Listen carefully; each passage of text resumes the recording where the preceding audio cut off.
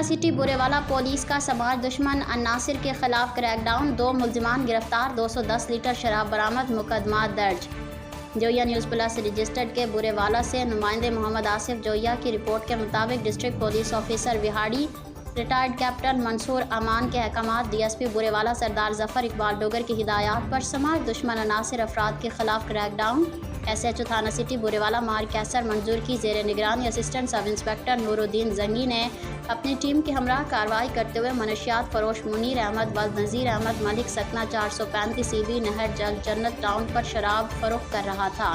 कि मुखबिर की इतला रेड करके मुलजिम से 60 लीटर शराब बरामद कर ली। एक और कार्रवाई में मोहम्मद रमज़ान उर्फ जानी सकना 259 EBPL रहमत आबाद पर खड़ा शराब फरोख्त कर रहा था कि पुलिस ने रेड करके उनके कब्जे से 150 लीटर शराब बरामद करके मुलजमान को गिरफ्तार करके उनके खिलाफ अलग-अलग मुकदमा दर्ज करके तफ्तीश शुरू कर दी है। इस मौके पर एसएचओ थाना सिटी बुरेवाला माहर कैसर मंजूर ने कहा कि मनशियात फरोशों के खिलाफ जारी ऑपरेशन को मज़ीद तेज़ किया जा रहा है।